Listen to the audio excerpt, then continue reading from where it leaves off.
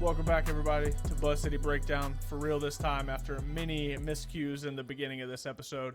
I'm Owen. That's Albert. We can't wait to talk about the Hornets as always today. You can find us anywhere you get your YouTube, anywhere you get your Spotify by looking up Buzz City Breakdown on Spotify. We're here 5 days a week on YouTube and Spotify. You just can't find us on Apple Podcasts quite yet. You can also go to the YouTube playlist part of our channel. If you go to @Charlotte Hornets SI and look at our full channel, go to the playlist tab. There is a podcast section that Albert puts there after every single episode, so you can use that for your audio listening purposes, especially if you have YouTube Premium instead of Spotify Premium. That is an option as well. Other than that, we write for the Charlotte Hornets on SI website, and you can go check out our work there. Dry season right now, writing-wise, but I'm looking at putting together a projected depth chart and a mock draft. I got to get back to writing. I've really been slacking here recently, so I got to start doing that again.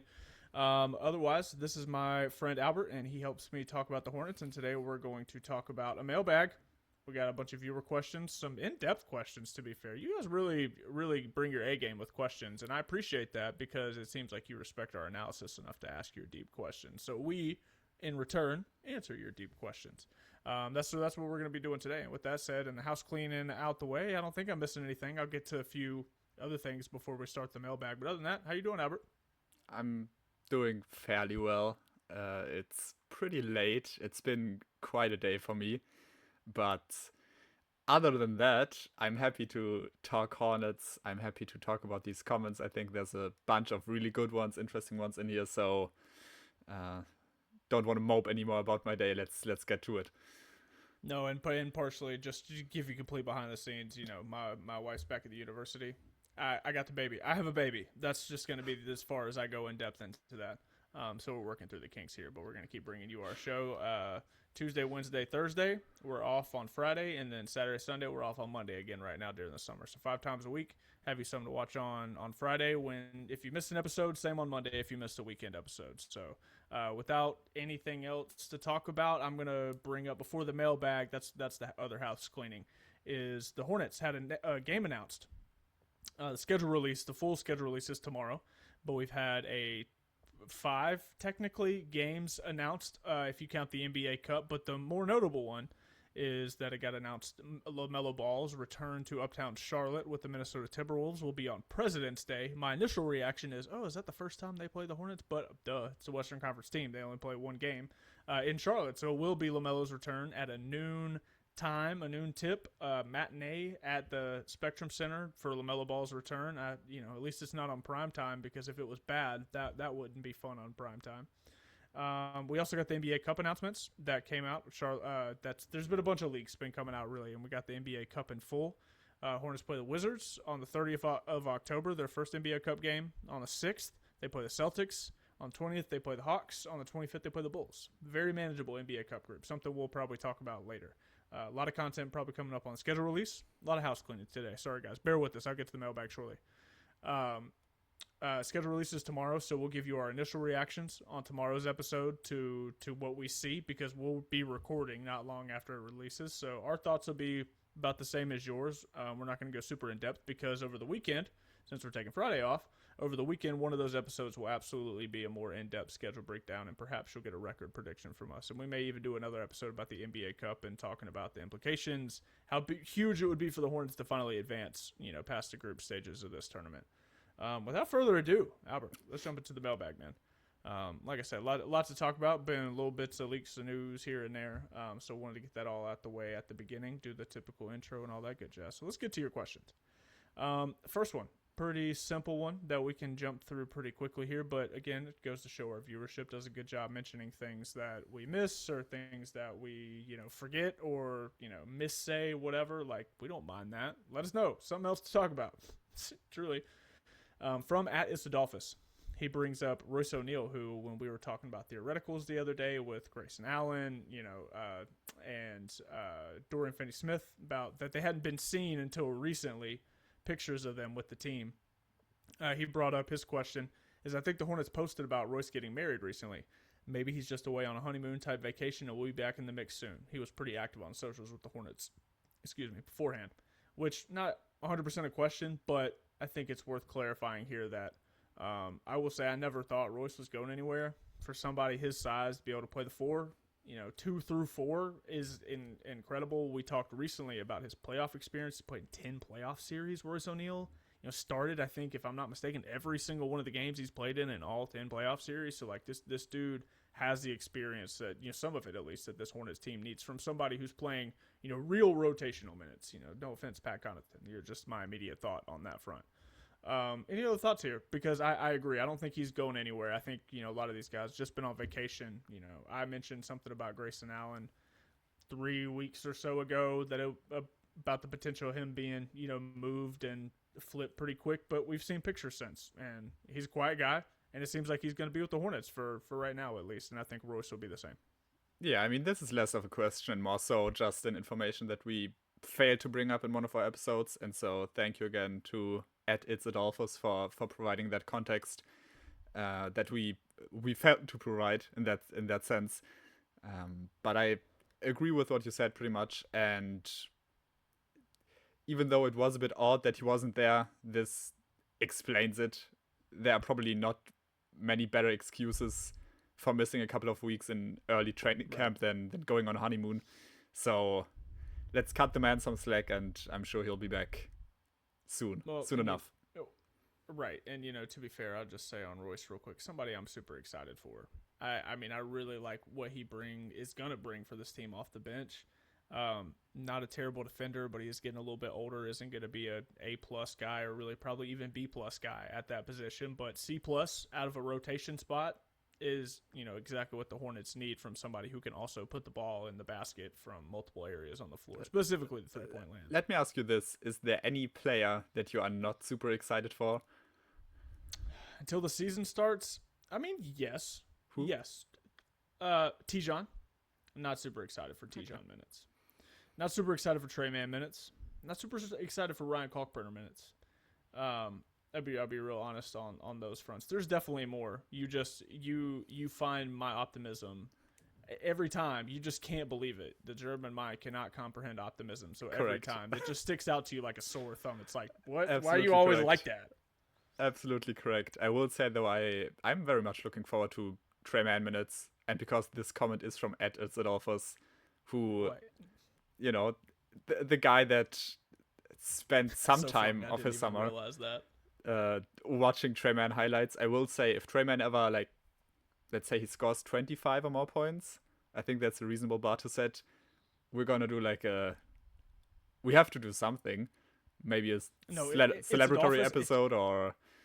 Sure, whether it's an appearance or maybe you can pick the topic for an episode, something like that. If Trey Mann scores 25 plus, we'll be in contact with you, Adolphus. How about that? Yes. Let's go to the next question. Another commenter, Mr. Regulator 8680.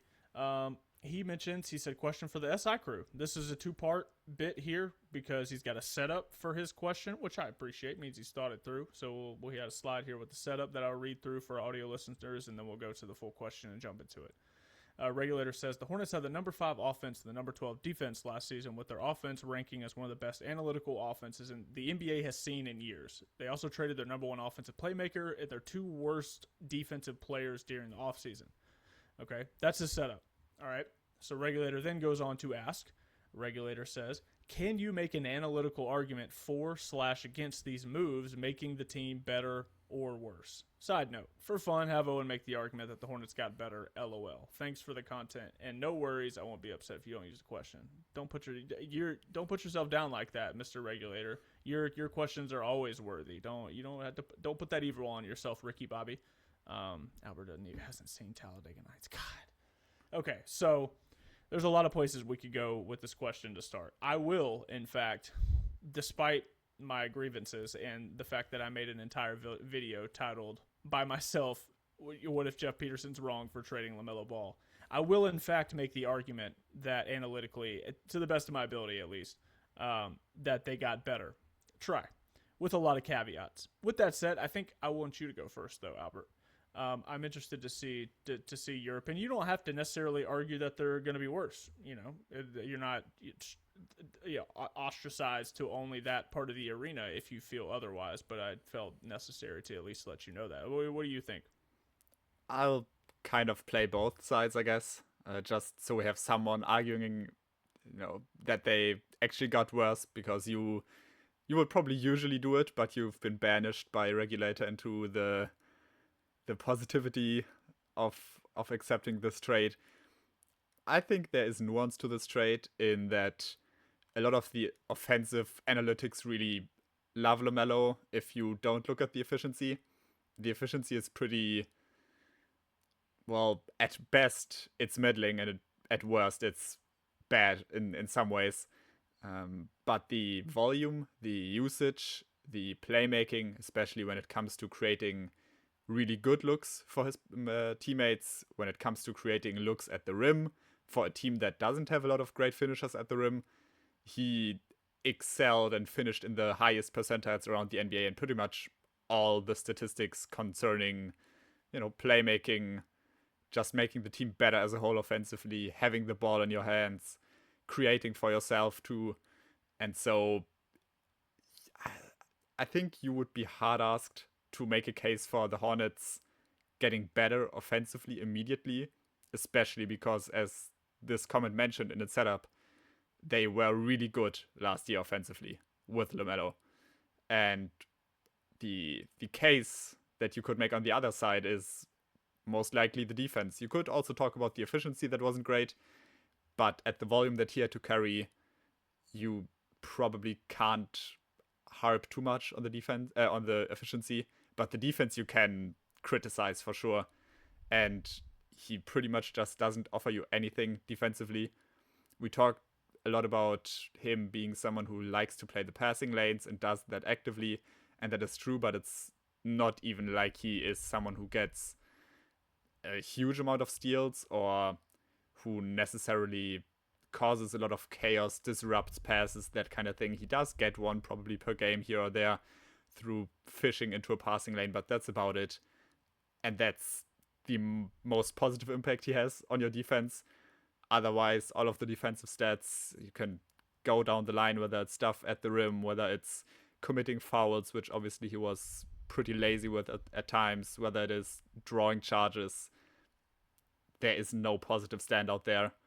And you could definitely assume that Coby White is going to be better. Coby White is also not a good defender analytically, but he has better peaks. And obviously on lower minutes and a lower usage. And so you could assume that with Coby White playing more minutes now, that he can be a better defender than LaMelo Ball. And that's probably what you're looking for analytically. If you want to say, hey, they actually got better through making this trade. So there's a lot of ways you could go here. If you're going towards the realm of arguing analytically that this team will be better next season without LaMelo Ball, first off, you have to be realistic. Okay, so while I'm going to take this avenue, I'm going to say, and not even a whole lot of caveats about, oh, LaMelo this, LaMelo that. I'm making this argument in reality, thinking this is the truth. I'm not just doing this for the bit. I don't think the Hornets are going to be better on an exponential level, maybe like this question it wants to ask, wants me to say maybe. But I do think there is a world where on the margin, you mentioned they're 12th in defense. The fact that they were 12th in defensive rating last year with as many shots as they missed, with as high as their paces, I think is really impressive because they did not. I mean, a lot of that comes down to Musa and the second chance, possessions that were created, helped them in the aggregate defensively because they limited other teams' possessions. I could expect them to stick around that range. I could see 10 to 12 again for sure. I could see them jumping up a couple spots, but I don't really see them as a full-fledged top 10 defense no matter what next year. I really don't. As good as some of these other teams got. But I do think the 10 high ceiling, 12 to 14 low ceiling is more than reasonable. I also don't think the offense is going to be better than, what was it, 5th? But again, I think they could be 7th to 10th. I really do, because they have so many three-point shooters. The way they push the tempo would just be different. And I think where the Hornets will benefit this year, they're going to be able to run more real half-court offense. And they did that last year with LaMelo, but they had to live more so with the free-flowing nature of his game. he took the most 3-point attempts per game in the entire NBA last year. 10 point something. I don't have it. I don't know what it is. It's like 10.3. I think if I were to guess off the top of my head. Truly, that's an insane amount of threes, and it's a part of his game, sure, but now those 3-point attempts are going to get more thoroughly distributed across the team, and Con Knipple is the biggest loser in LaMelo Ball leaving. His 3-point assist percentage last year, in terms of on NBA.com, the amount of 3-pointers you made that were on assisted baskets. The other part of the percentage being how many 3-pointers did you make self-created, not on assists at all. Con Knipple at the end of the season, at one point in the year, it was 96.6% of his threes were on assists. It ended on 93.3%. And but I think it won't be as much as a lot of people fear. He's gonna have a minor sophomore slump, I think, because he's gonna have to adjust to every time he gets a three. He's not gonna get as many above the break threes, I don't think. I really don't. They're not a great enough defense to constantly be forcing live ball turnovers, I don't think, and be getting out in transition the way they did last year at the very least. I don't know, man. The defense will be better in the aggregate, even if the rating reflects them as lower. Because the Hornets weren't as good. The 12th really fools you, I think. I think this year the rotation is going to be stronger. You don't have to rely so heavy on Sion as your best defender. He can ease more into this ball handling role on top of being a niche defender as well. And again, shoot for the stars, shoot for the moon. You have Grayson Allen behind him. Christian Anderson's going to have to get some shots up. Royce O'Neale's going to have to get some shots up. Whatever happens to Dorian Finney-Smith, I don't really expect him to play, but it's possible at this point. Brandon's going to get a lot of shots, but we're going to see it run out of a lot of half-court sets. The Hornets are going to, try and limit the amount of possessions another team has as compared to being okay with creating more possessions for other teams because they're putting so many shot attempts up. Khan's going to have to, not that he didn't run a lot of off-ball stuff last year. He did. He's a great off-ball mover, but he's going to have to get it every single night, and everybody knows what's coming now from Khan. He's not hitting anybody as a surprise. He's going to have to fight through the hardest of defenses, guys, knowing that wherever he is on the court, inevitably what's happening next, whatever action it is, from wherever he is on the floor, it's in an attempt to get him an open three-point look at best. And if they get better, it's because Khan thrives and is better than all of us think without LaMelo Ball. If Kobe White is just a great distributor, better than we've seen him in his career, and attack, kick. Like, I want to see him play a very Tony Parker type of role in his prime. You know what I mean? Like, Tony Parker could get to the rim. He could shoot a little bit like Kobe can, but what he did best was get to the rim and distribute for the rest of the guys on a lot of those Spurs teams. Kobe White's certainly not Tony Parker. I don't want to get it twisted, but he that's what he's going to have to be for this team. Brandon's going to have to take a jump, but even if the ratings are a little bit worse, I think this team could get better analytically, just because when it comes to a play-in time, like I think I like the depth of this team way better than last year in terms of guys that'll play for you in a play-in situation, that have playoff experience, guys that can play competent defense. Grayson Allen, Royce O'Neale, Sion now. Like, it's not a massive bunch. You still have Musa that you feel comfortable being switchable. A lot more competent defenders on this roster than last year. And what you lose in offense, you're going to gain in team defense, I think. Limiting other teams' possessions, running more half-court sets all the time. Charles Lee he will call stuff out from the side. He did it with LaMelo and tried to make LaMelo lean more into running offense. That's all Kobe White's going to do. Charles Lee is going to be constantly calling stuff out from the sideline, calling sets, and they're going to be running people off of everything, whether it's Spain, horns, floppy, pin downs, like UCLA cuts. It doesn't matter what it is. And if they can get one of these centers, i.e. Hana, involved in passing the ball from any of the, post hubs, high or low, God, this team could get dangerous in terms of the way they move the ball. Like, this team does have the potential to be very Spursy in the way that they move the ball to create 3-point shots. Not at a, we're going to outpace you, but we're going to get the best shot and use a lot of the shot clock, but still get up a lot of threes. Like, that's where I expect this Hornets team to be. This has been a long rant, but I think there is a world where this team is better than last year. However, if they are, I don't think it's by a whole lot. You know, they still got room to go. And if they are better by a whole lot, it's because Brandon took a superstar level jump. That's the only world where that happens. Yeah, I think that's fair to say, definitely. But also something I didn't mention in the beginning when I said what could make them worse or what they might be lacking from now on. The rebounding has to be mentioned, right? You talk about in Miles and LaMelo, as much as they hindered you defensively during certain parts of the season, they were really good rebounders. Think of that's true. And you get someone in Kobe White who can now play more minutes, who's not a bad rebounder by any means, but LaMelo Ball is one of the best rebounding guards in the league. And also his ability to then immediately grab the ball, push the pace, that's something that is just not...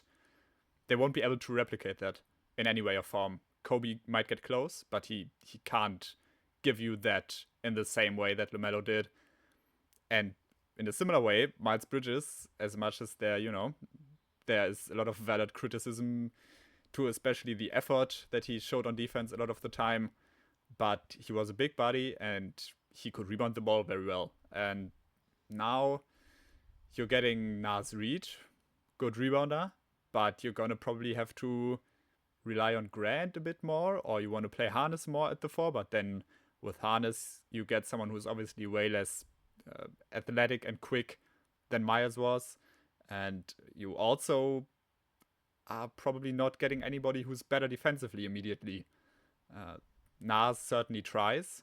I think he tries much harder than Miles did at some points, but he's also not a good defender. We talked about this in the episode where we had Jack Borman on, that's nothing Nas will probably ever get good at. At least that's what Jack, who's from Locked on Wolves, has seen him play probably hundreds of times. That's what he said, at least. There's nothing more for him to tap into. And so the only way they really get better is if the added size through Nas at the 4 and the added experience for Korn and Brandon makes them so much better defensively that they can compensate not being as good offensively. I cannot see them being close to as good offensively as they were last year. I think defensively they could be a little better. And you look at last year, they were 12th. They didn't have great personnel, but they had size. They rebounded the ball well. That's something where Nas will have to step up, where Harness will have to step up, where Kobe will have to step up. But they can do that. It's possible in the aggregate, at least. Well, I think the only way I got myself to making me think this team could be better is, like I said, I agree with you. The offense will be worse, but I think where the Hornets thinking is I do think the defense will be better, even if the defensive rating is lower given the shakeup of all these teams. I think they're going to be a more competent, consistent defensive team. Yes, they are also gonna play better offensive teams. That's simply a fact. They played the Pacers. Obviously, they played them a bunch of times, and last season they had no one. They didn't have Halliburton. They didn't have, Nembhard was out during certain parts of the season. Neesmith was out. McConnell was out. You have the Wizards, who are going to be much better offensively. The Nets are probably still going to be a team that can get hot at the very least and give you a tough night when they are hitting their threes. You have the Sixers, who are, if they can stay healthy, better than last season. You have the Heat, who are better than last season. Hear me, because I agree with you. But the where I got to making this argument to begin with is there are going to be the same way. Okay, the Hornets caught a lot of teams off guard last year because of just how fast they were. All right. Yes. The Hornets are going to be a more consistently better defensive team. I think it'll probably be around that same range because of the shakeups, but 10 to 12, I really wouldn't, be surprised to see again. The offense is going to be closer to probably 10 to 15. I wouldn't be surprised to see 7 to 9, but I think that's the super high end. But I really don't think the offensive rating is going to reflect how good this offense is next year, because you're right. There are a lot of fast teams, and Charles Lee wants to get out, and run. Yeah.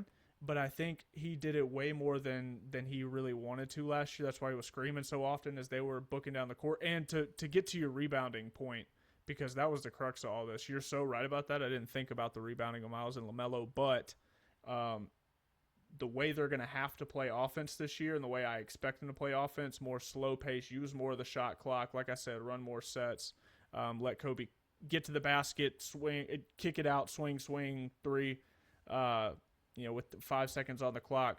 But it's not going to result in the kind of points output per night that puts them at that upper echelon of offensive teams like last year. Certainly not. But there will be teams that outpace them some nights, and when it's just their night and they're hot. But the Hornets have the chance to win as many games again this year because their low lows won't be nearly as low this year. You know what I mean? Like, and God forbid injuries. But if they're healthy, the lows won't be nearly as low as some of the low lows were. And, same way the last year's Hornets had to really rely on the high highs to beat good teams. I think this team will have better chances consistently against good teams because they're a team without LaMelo now that's built to run more structured offense. And I think that's going to be to their benefit with this personnel. You have any other thoughts on this question? Yeah, my final thought, just in response to what you just said, I really disagree with that. I think the lows are going to be lower than they were. If we're just purely looking at the latter half of last season, we're going to see some lows, I assume, this year. And that is because you have a group of guys that just hasn't played together like this. The rotation is going to be shaken up quite a bit. And also, at the same time, you want Christian Anderson Jr. to do a lot of the offense from the bench, a lot of the playmaking, a lot of the shot creation, ideally. You're counting on Harness to do a lot for you from the bench, or you need Grant, who is good sometimes, but can also really hinder you, especially offensively if he's having an off night.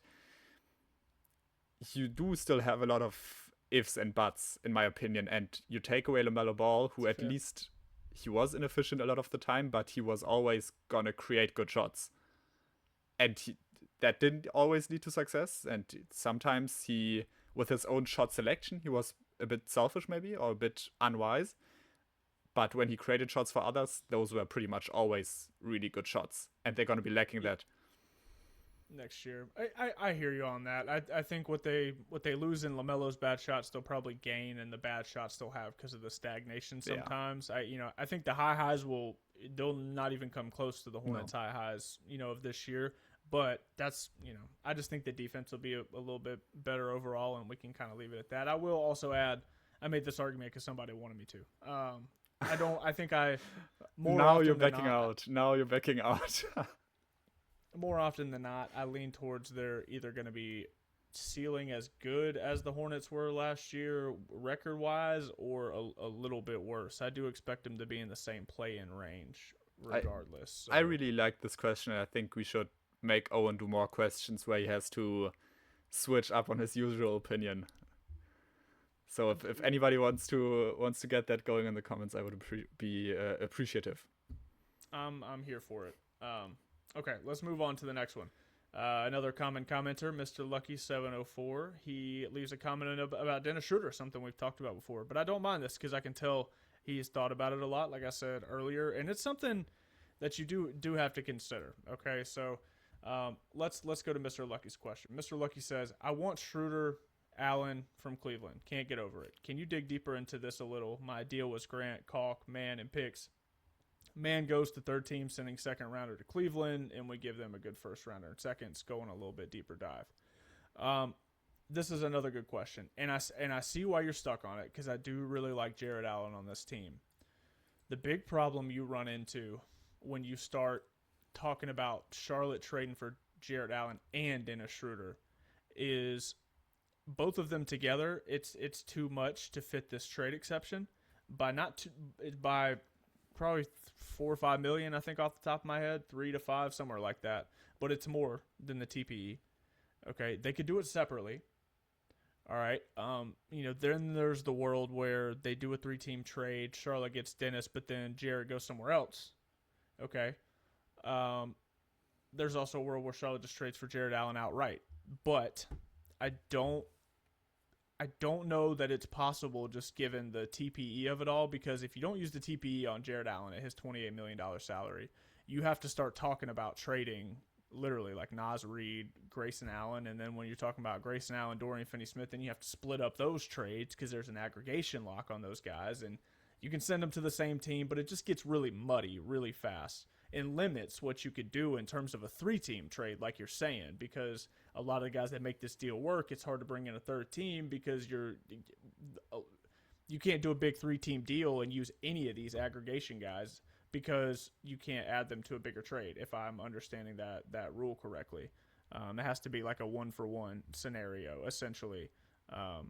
You can't aggregate their salary to match to make a trade work, essentially. The one I came to because I wanted to fight for your feelings here. You know what I mean? I wanted to at least get something here.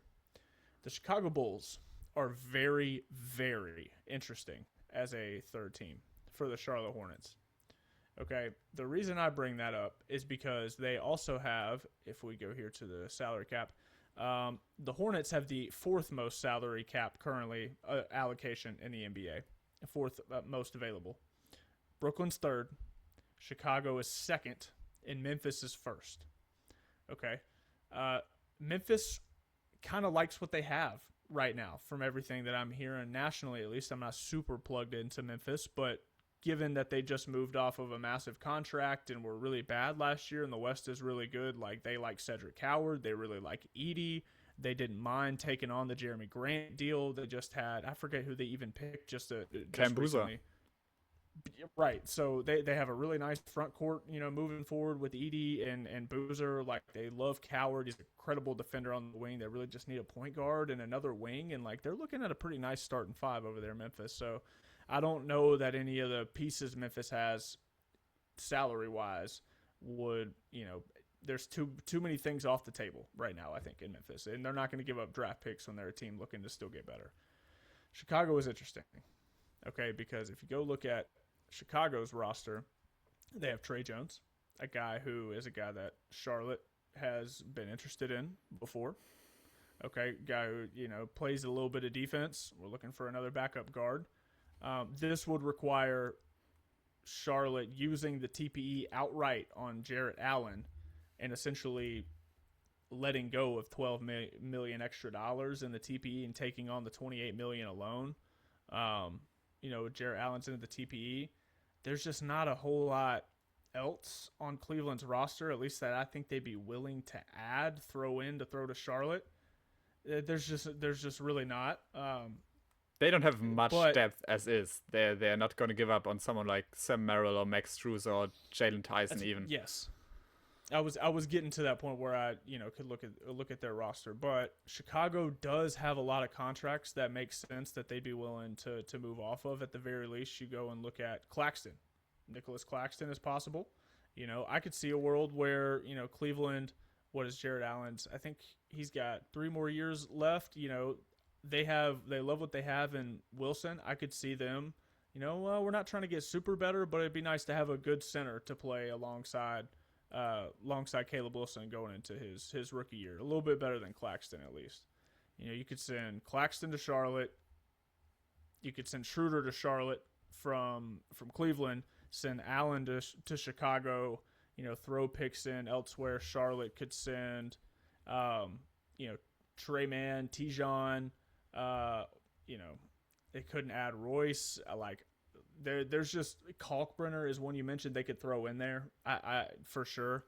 But the options for a trade like this, for a trade this big, are just really slim. You have to send the big contracts elsewhere or lose money on the TPE. It really gets muddy. But if there is a 3-team deal that involves Charlotte and Cleveland, Chicago makes the most sense as a third team, whatever that looks like, even if it's just Dennis Schroeder, right? So what do you think about that, Albert? I'm going to sit here and play around with a few more trades, see if I can come up with anything else. But there's very limited teams that can make it happen, and given Charlotte has cap space, but they're going to squeeze all the juice they can out of the assets that they have, and the TP is one of those. I don't think they're just going to eat $12 million on that TP and just let it poof into the wind because they want Jarrett Allen that bad, although he's a great player. Well, we're talking about Nicholas Claxton or Nick Claxton. I don't even know if Nick is a short form for Nicholas in that case. Maybe his name That's is how just it is. Nick. That's how it is on Spotrac, listed Okay. like that for what it's worth. I'll assume that's correct. He was recently traded there, so they can't move on from him just yet, I believe. There's Okay. I think it's 2 months you have to wait before you trade on a player, and so that would have to wait probably another month or so. Yeah, I think they acquired him about a month, so maybe it would be, let's say, at the beginning of September. Even then, would they have just traded for Claxton to move him on now? Immediately, it would just be kind of odd for them. They also are not looking on doing anything meaningful this year. They want to develop their talent, and Claxton just makes more sense in that case. He doesn't earn quite as much money, and with Jarrett Allen, probably he would like to play at least playoff contention basketball, and he's probably not going to get that on the Bulls. So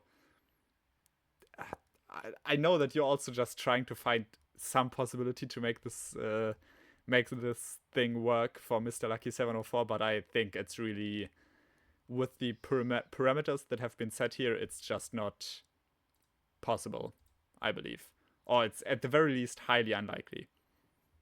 Yeah, and even, you start getting into the weeds here, like, it starts getting really complex, whether it's, even when it's just Claxton and Schroeder, like that's still a lot of salary. Claxton's making $23 million a year, but I'm sitting here trying to send out Kalkbrenner, Trey Mann and Tijon, and Charlotte's still taking on too much money in a lot of those scenarios, and Jarrett Allen is going to another team. You know what I mean? Like, it does get muddy, man. The fit is good, and Schroeder still is a completely realistic possibility.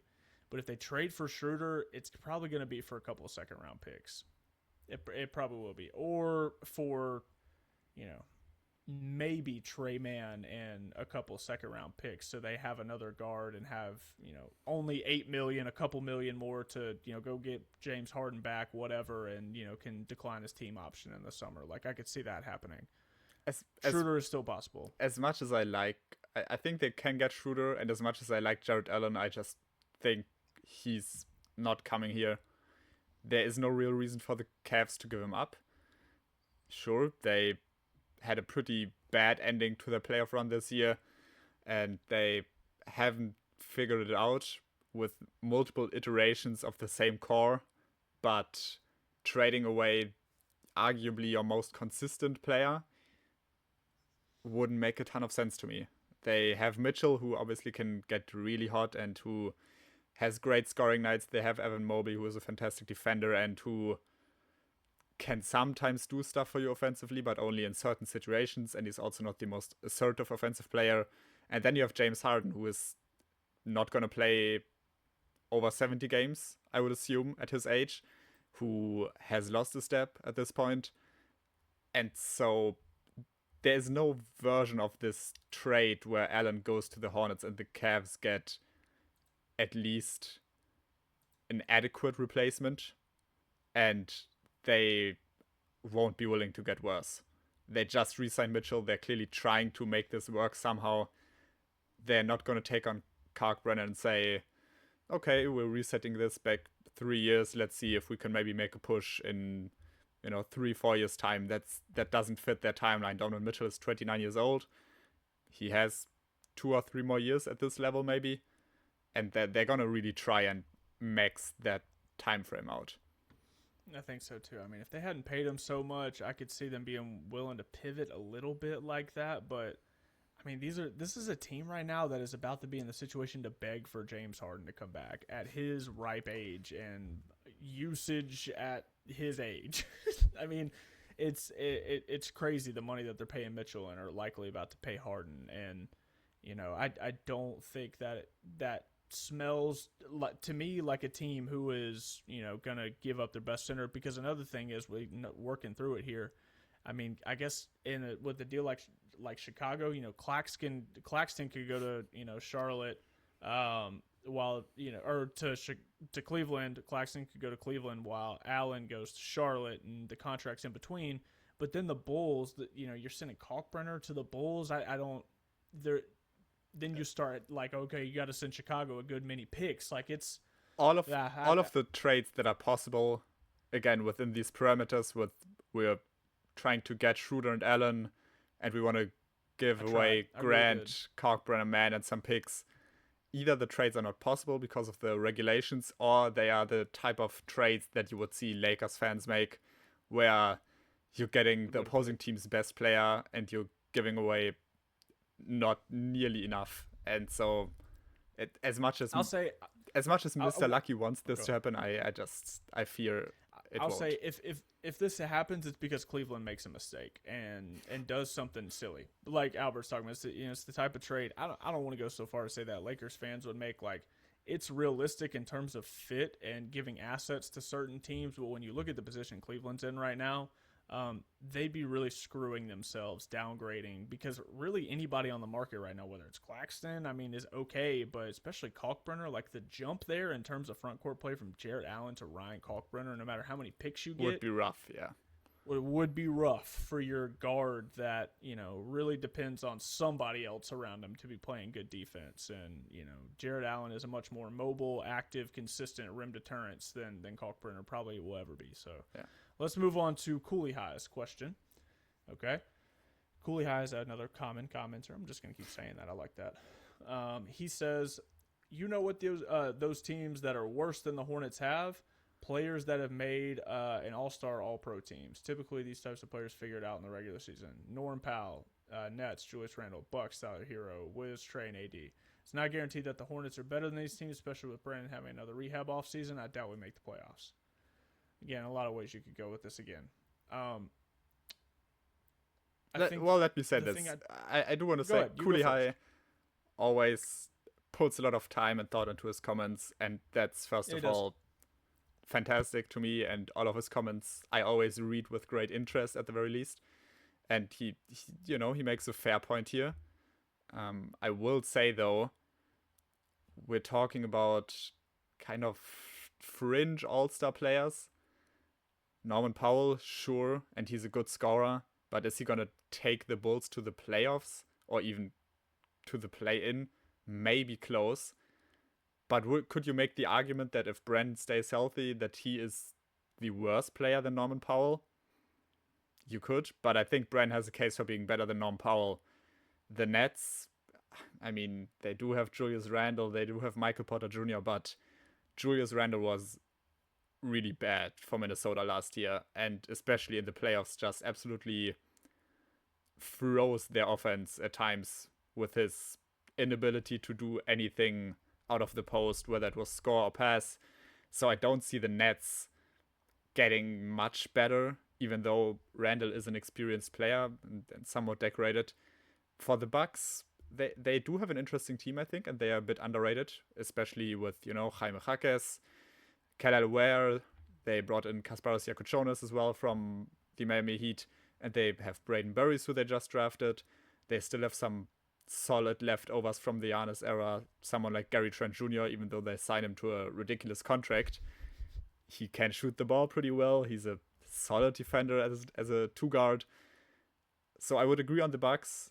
And for the Wizards, they are going to be really good offensively, I think, and absolutely terrible defensively. And I'm not quite sure how far that can get you.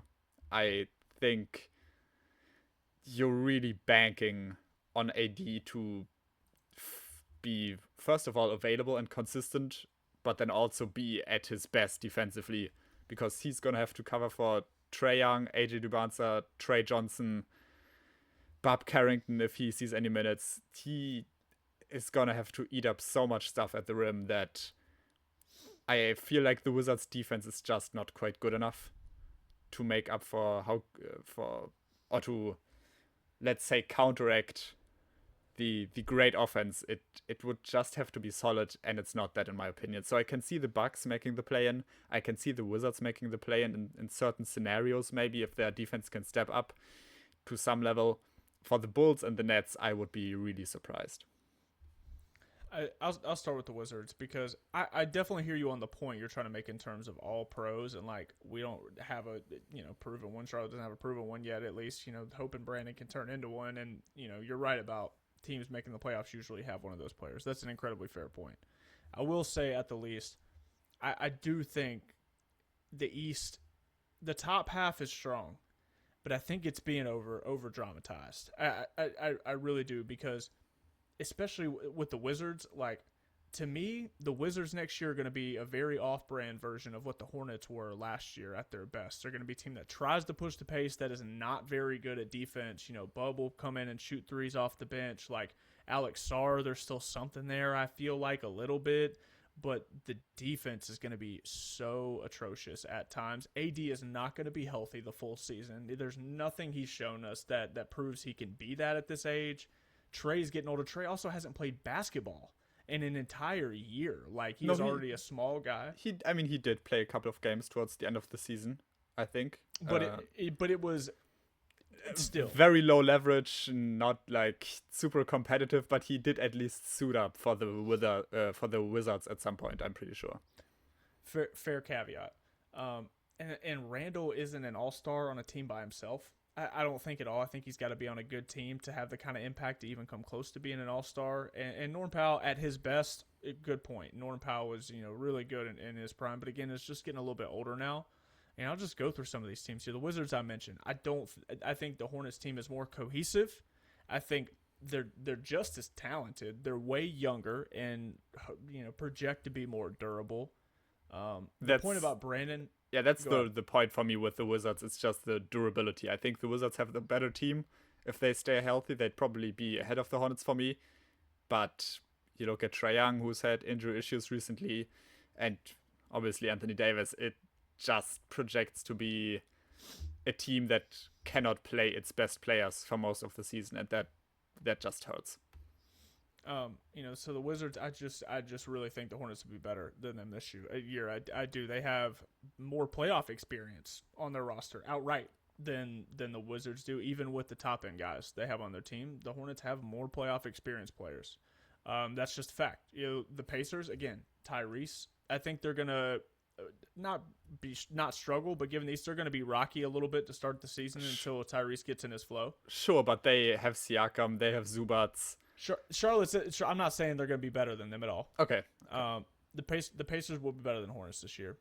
The Nets, I don't think, are going to come close unless Mikal Brown Jr. is like a superstar, and even then, he's a rookie. Yegor Damon could take a step up. Like, it's possible. They get something out of Nolan Traore. You can see ways where it happens, but nothing that we've seen from last season, I think, suggests that their young players are good enough to accentuate Michael Porter Jr. and Julius Randle in the way that would be necessary. No, and Michael Porter Jr. has played in big games, but he needs the ball a lot on a now really young team that has a lot of young players that now need the ball. And Julius Randle, Lord knows he needs the ball to be an effective player. Maybe it's good that he'll get it less, actually. That might be... yeah.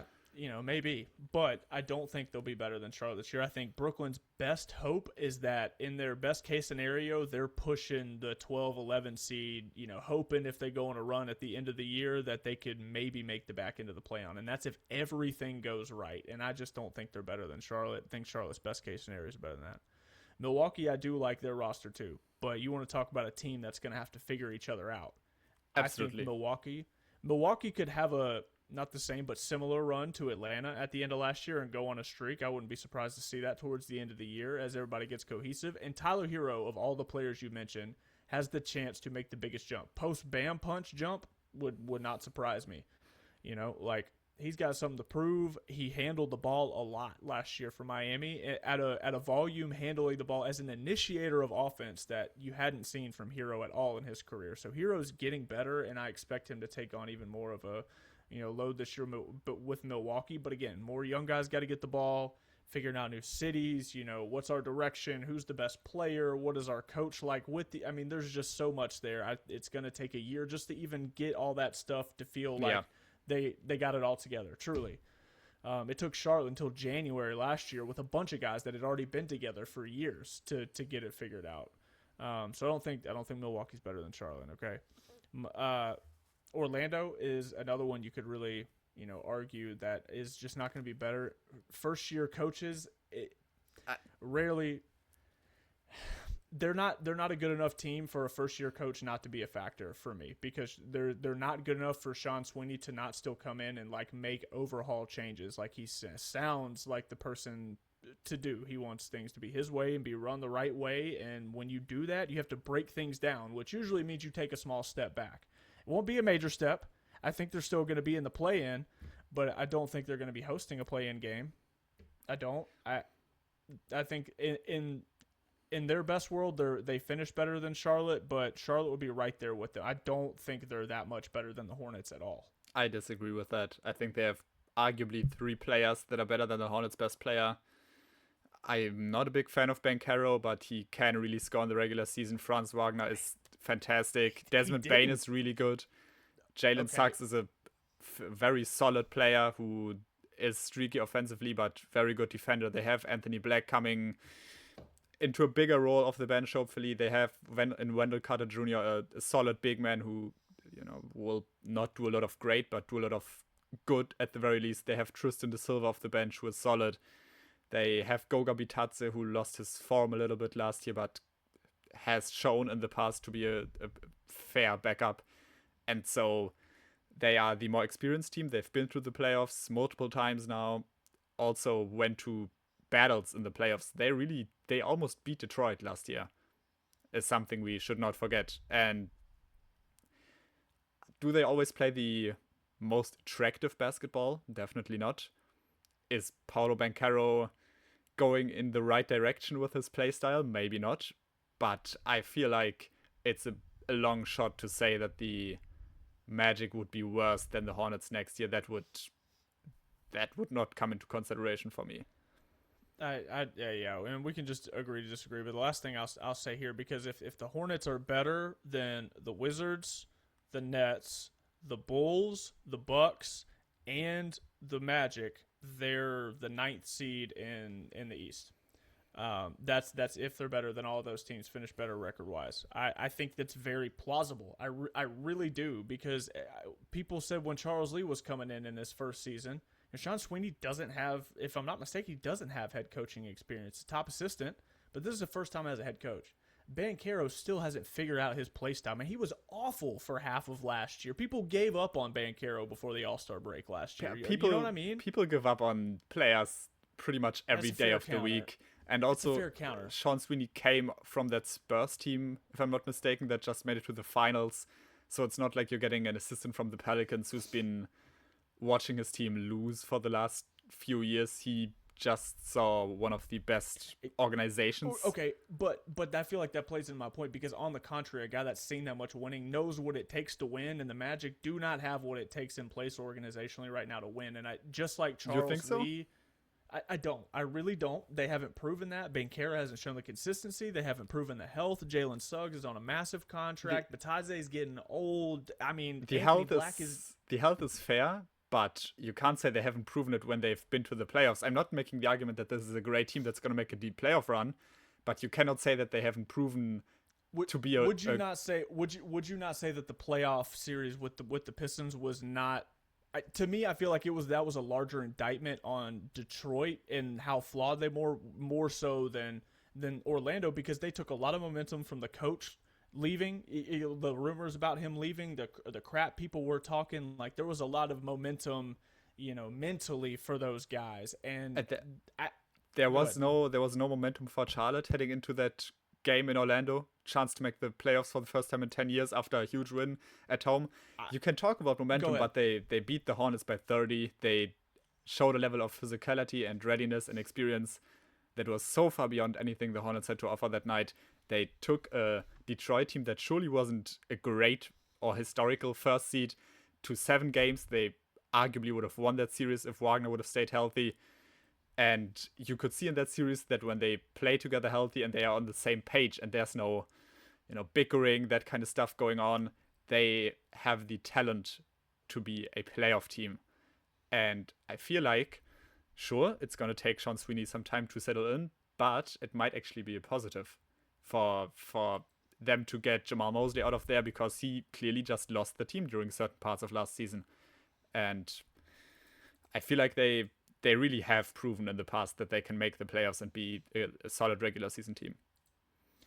I hear you. The last thing I'll say here for real, and we'll move on, is that's just where the crux of we disagree. Like, Charles Lee was a great coach when he first came in with Charlotte with, a lot of good players, but it was a way different style than those guys had seen before. And a guy like Sweeney, to me, that's coming from a winning org like that, it doesn't translate immediately because he's not going to skip steps. And it means he's going to have to break stuff down, and that's going to mean parts of some of his players' games too. Like, he's going to have to break down some of Paolo's flaws to get him to be better eventually. And I think that's going to take too much of a chunk of this season for them to have it all together by the time the crunch time rolls around at the end of the season. But with that said, outside of those guys, Atlanta, okay, is probably the only other team. If they're healthy, they're better than Charlotte. But if they're healthy, they're way better. But they're an injury away, I think, from Charlotte pushing them. I think Atlanta's the much more realistic team where you can talk about passing them. Than Orlando? Yes. Really? Yes. I see. I think their 2 wins against the Knicks were much more real than the way Orlando pushed Detroit. Because they lost by how much in the closeout game? By about 50.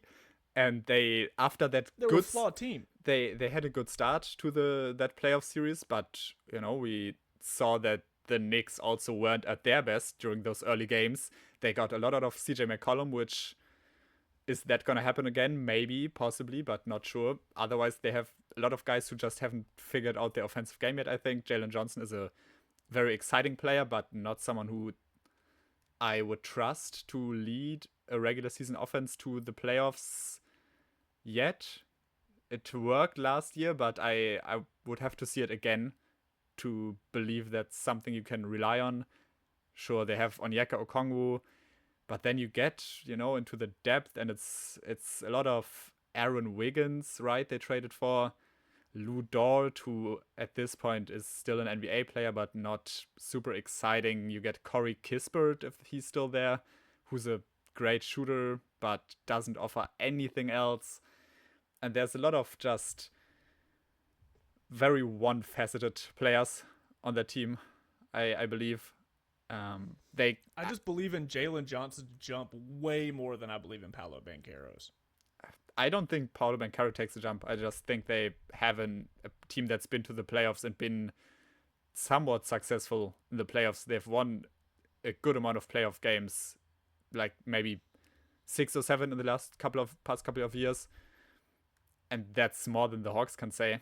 And sure, Jalen Johnson was good last year, but also in the playoffs, the Knicks figured him out after 2 or 3 games. They took away what he was good at, and then the series was kind of over from that point onwards. So I don't see any reason to believe Jalen Johnson will take another huge jump. Okay, well, let's close this out. To answer your question, Cooley High, I think it sounds like both of us. To be fair, I disagree. I agree with you that they won't make the playoffs.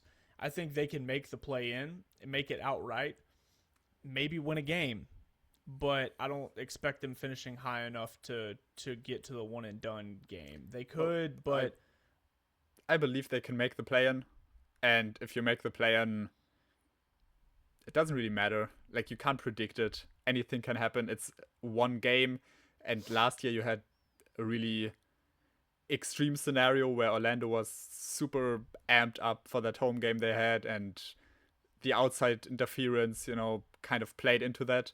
But otherwise, if you just play 2 games against another team that's on a similar level than you, or to you, some days you'll win, some days you won't, and maybe Charlotte only wins 3 out of 10 games against the Hawks, but 1 out of those 3 could be in a play-in game, and that would be enough. I think they can make the playoffs, but again, if at all, it would have for them to probably get past Atlanta, I would say. I want to. We keep talking about this. Is just such an interesting question that is the crux of what everybody's talking about this season. It's our we got one more question, but it's more of a funny one than it is a Hornets question. So I want to see if we can agree on a consensus small list. Like, well, if I'm going to give you a team that I think the Hornets, let's say not their highest ceiling, but nobody gets hurt. No, not playing A team into that the injuries. Hornets are better in generally. If we can agree on a list of teams that we both Sure. think the Hornets are better than outright going Sure. into the season. Washington, I think Charlotte is better than outright going into the season. Yes. I think Charlotte is better than Brooklyn Yes. outright going into the season. Agreed. I think Charlotte is better than Milwaukee outright going into the season. Agreed. Okay, I think Charlotte's better than Chicago outright going into the season. Agreed. Yeah. What now? Well, that's the thing. My That's whole about argument it, wasn't right? that Charlotte could be better than Orlando was my whole argument. But that's why I wanted to do that, because I feel like I felt like before I asked that our consensus for undoubtedly Yes. both of us think Charlotte was going to be better. Then I figured it might be the same. But So Washington and Milwaukee, I don't feel too sure about those two.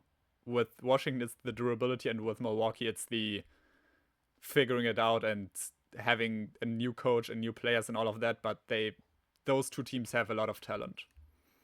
I will say, even with those four teams, if that's who they're better than, they're at 11th, pushing the play-in conversation against likely Orlando, potentially Atlanta, just because of how good the East is this year.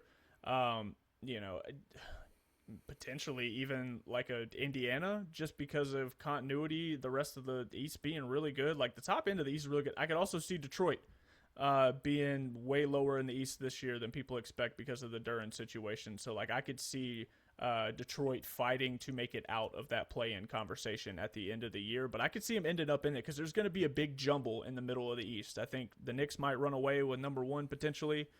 Maybe somebody will go with 2, but like Boston, if Tatum gets hurt again, they're not a good team outright. Boston like if is Tatum gets hurt another. again, I mean, we haven't talked about them, but the Hornets could you could easily make the get better argument. than them.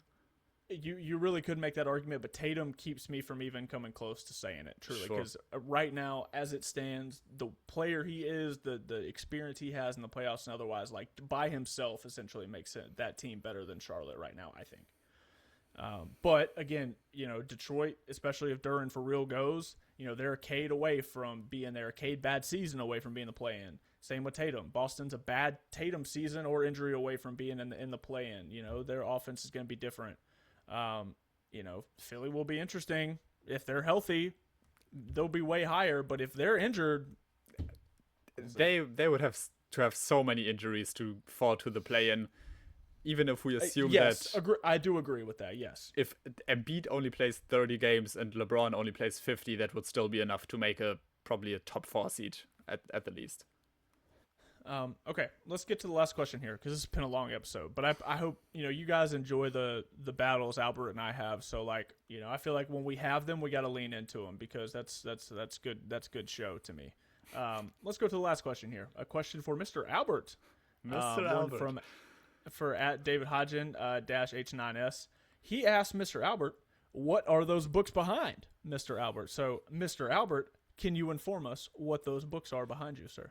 I mean, I can to some point, I guess. None of the books that you see in my background are mine, actually, because my part of the shelf is more so to that side over there. So if I would turn my camera a bit more to that side, you would see some. But I did take this opportunity to bring some books that I have read and that I like, and so I will go through them. Well, could you quickly. inform the audience for us, Albert? Yes, I gladly will. Well, the first one I've brought with me is Spaced Out.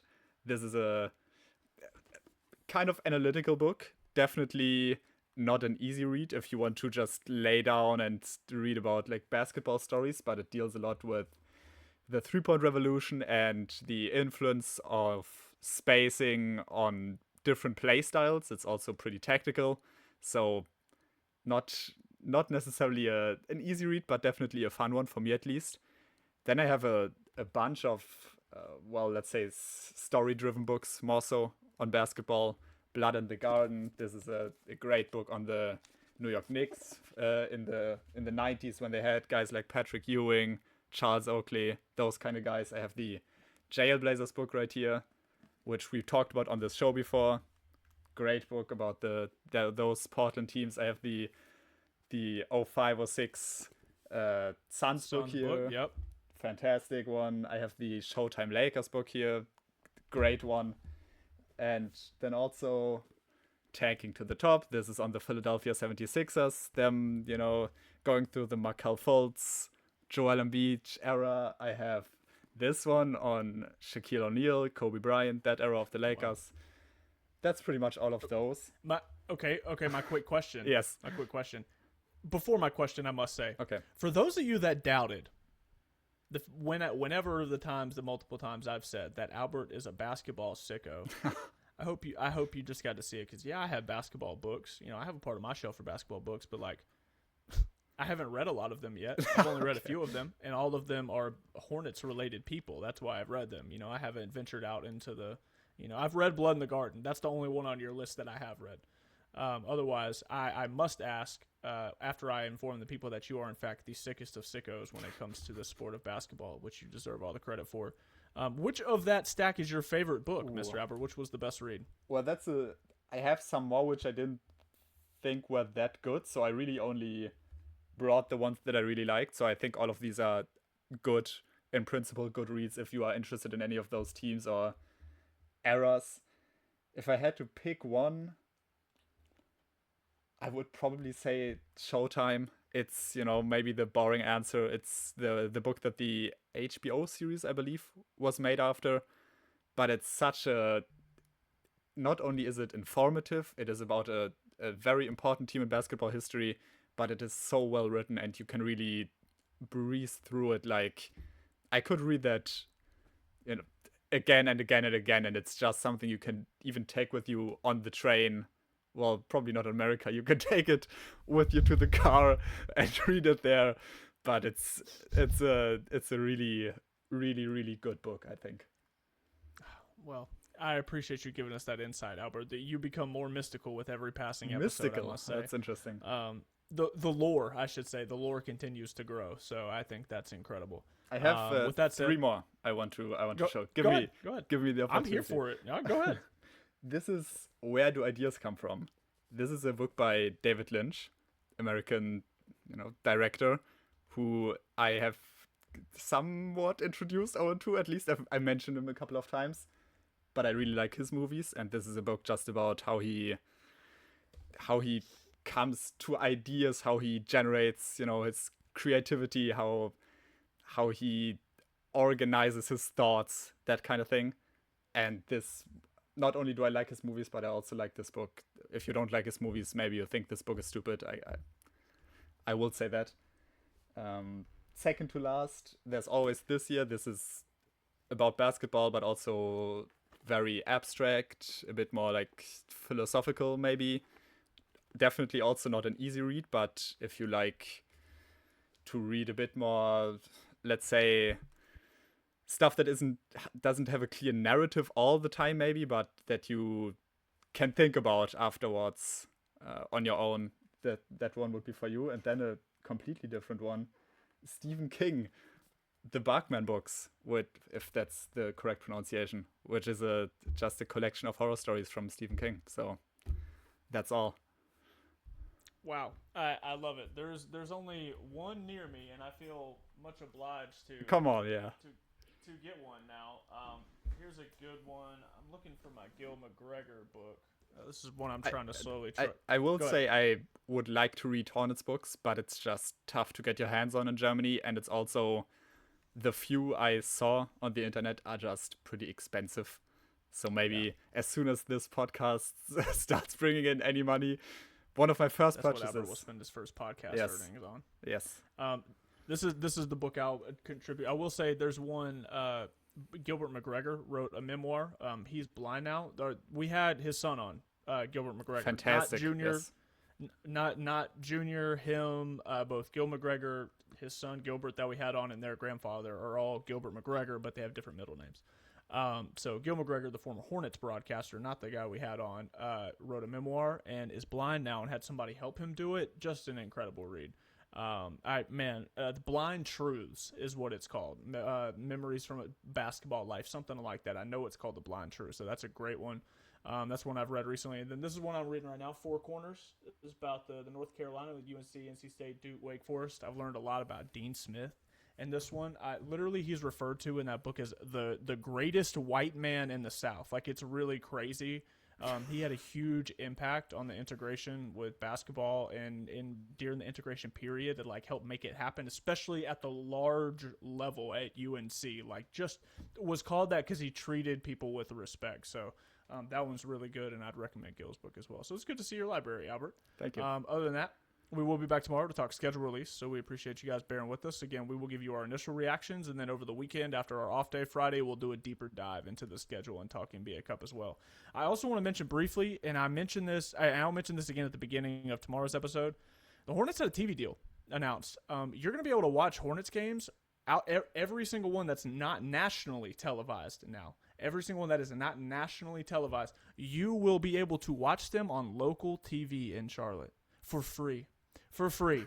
The Hornets made a deal with WSOC, Channel 9 in Charlotte, to stream every single Hornets game that is not nationally televised, which will be almost all of them, on for free for locals to watch. And I just wish I could give Gabe Plotkin and Rick Schnall a hug right now. Like, this, I could talk for 10 minutes about this, and I'm not going to right now, but I'm going to talk about it at the beginning of the show tomorrow. Because it is one of the single best things an owner has done for this team, literally in the history of this whole team, dating back to 1988. It is one of the best things the team has done. I wrote a whole story about this one time that I never published that I'll probably get around to here soon, about the importance of your local team, having access to them as a young kid. Because without access, yes, cable box was the original paywall, but like at a certain point, especially in my childhood, like most everybody, even if you were, lower class, like had a cable box. And in that case, if you were around here and had a cable box, you got the Hornets. And you're losing local fans doing it the way it's been done the past almost 10 years. So God bless Gabe Plotkin and Rick Schnall, and I will mention that again tomorrow. So that's huge news for Charlotte. And I appreciate you guys bearing with us till the very end of this long episode here. So leave your questions for next week's Mailbag.